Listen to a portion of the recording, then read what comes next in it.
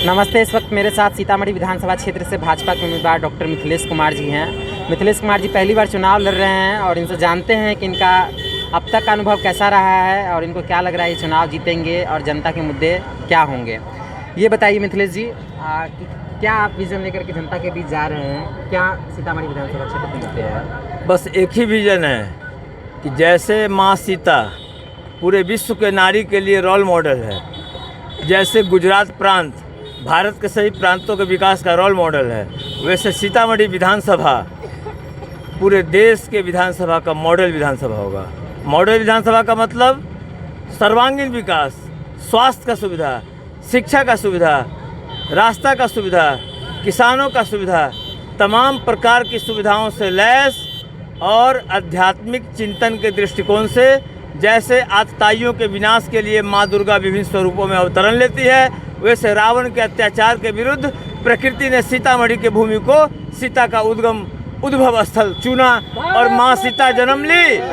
और उसी प्रकार जैसे यहाँ से पूरे विश्व को संदेश जाता है आतताइयों के समाप्ति के लिए, खात्मे के लिए प्रकृति ने सीतामढ़ी को माँ सीता का उद्गम स्थल चुना, वैसे ही मेरा ये मन में संकल्प है कि मैं माँ सीता की जन्मभूमि को पूरे विश्व के मानस पटल पे ला दूं, ताकि सबको संदेश जाए कि नारी ममता की भी मूर्त है और नारी दुर्गा की भी मूर्त है, नारी चंडी की भी मूर्त है और नारी दया की भी मूर्त है।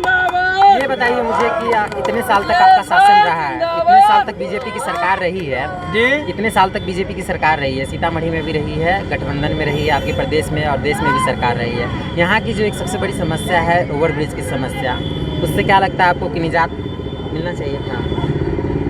निजात तो मिलना चाहिए ही था।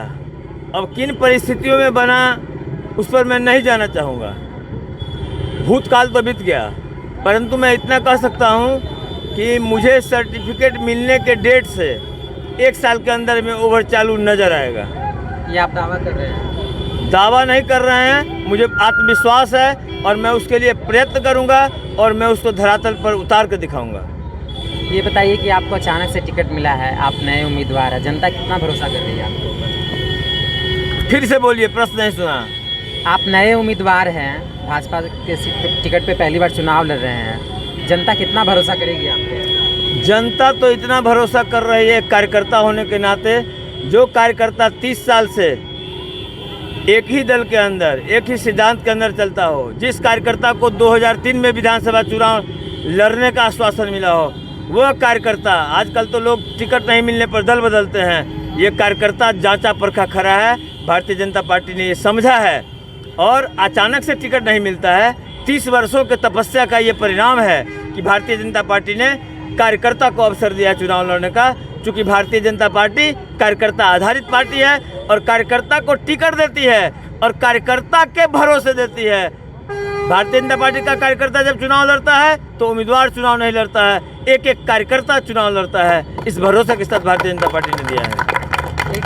एक और प्रश्न है, बीजेपी और जदयू की जो गठबंधन है, तो नीतीश कुमार जब 2 साल पहले आए थे तो सीतामढ़ी में उन्होंने एक सीता मंदिर के निर्माण का वादा किया था।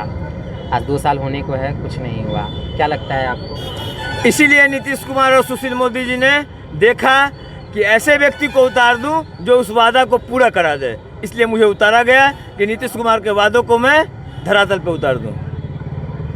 ये बताइए कि सीतामढ़ी शहर में जाम की भी समस्या काफ़ी रहती है, जाम की समस्या का क्या निजात मिलेगा इससे जनता को? जाम के समस्या का निजात तब तक संभव नहीं है जब तक हमको सिविक सेंस नहीं होगा। सरकार व्यवस्थाएं करेंगी, मैं प्रशासनिक स्तर पर सिस्टमेटिक ट्रैफिक रूल करूंगा, परंतु जनता को भी जन सहयोग करना पड़ेगा।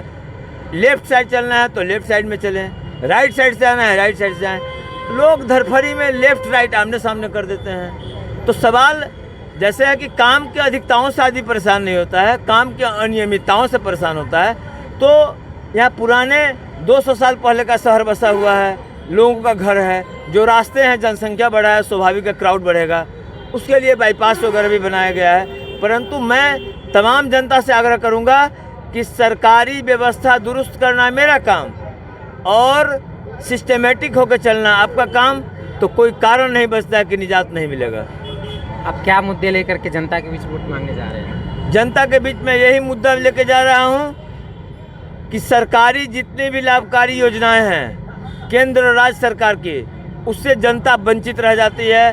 उन सभी योजनाओं को उस क्राइटेरिया के अंदर पड़ने वाले जो भी बीपीएल एपीएल के लोग होंगे उन सबके घर तक खोज कर सरकारी योजनाओं का लाभ पहुंचाऊंगा और सीतामढ़ी को विश्व के मानस पटल पे रखूंगा, ताकि विश्व में ये संदेश जाए कि सीतामढ़ी अत्याचारियों के धरती का, अत्याचारियों के नाश के लिए दुर्गम उद्भव स्थल है माँ सीता का। कुछ लोग ये भी कह रहे हैं कि आपको टिकट मिलने से भाजपा के लोग काफ़ी नाराज़ हैं। ये भाजपा के लोग नाराज़ नहीं हैं। भाजपा के लोग जो सहयोग कर रहे हैं मैं उनका नमन करता हूं। ये राजद का भ्रामक प्रचार है। भाजपा का एक एक कार्यकर्ता लगा हुआ है। भाजपा का एक एक कार्यकर्ता मेरा एक पैसा खर्च नहीं होने दे रहा है। शहर का पूरा भाजपा का कार्यकर्ता, सभी जाति के लोग, सभी धर्म के लोग मेरे जेब से एक एक पैसा खर्च नहीं होने देते हैं। वो समझते हैं कि ये कार्यकर्ता है और कार्यकर्ता के लिए काम करेगा, इसलिए इसके परिवार का पैसा खर्च नहीं हो। हमारे जन सहयोग से आप चुनाव लड़िए। तो ये राजद का भ्रामक प्रचार है। मैं ऐसा सिस्टमेटिक व्यवस्था करूंगा कि जैसे 3-4 पंचायतों का सेक्टर बना के और ऑफिस अंचल कार्यालय का सिस्टम वहाँ तक जाए, जनता को चक्कर नहीं लगाना पड़े। जो किसान मजदूर हैं उनका समय बर्बाद नहीं हो, उनका समय खेत खलिहान में लगे, उनका समय अपने विकास में लगे, नौजवानों का समय अपने काम में लगे, अपने रोजगार में लगे। इसलिए ऑफिस के चक्कर की जो परेशानी है उसके लिए मैं ये सिस्टमेटिक व्यवस्था करूँगा कि हर पंचायत में 3-4, जैसे एक प्रखंड में 3-4 पंचायतों का सेक्टर बना दूंगा, वहाँ एक कैंप लगवाऊंगा, कभी प्रखंड कार्यालय को, कभी अंचल कार्यालय को, कभी स्वास्थ्य कैंप, अन्य सभी प्रकार की सरकारी सुविधाओं से संबंधित कैंप लगवा के, मतलब कार्यालय जाएगी जनता के द्वार, जनता कार्यालय के चक्कर नहीं काटेंगे। तो ये थे सीतामढ़ी विधानसभा सीट से बीजेपी के उम्मीदवार डॉक्टर मिथिलेश कुमार जो अपनी बातों को रख रहे थे। आप देख रहे हैं सीतामढ़ी लाइव।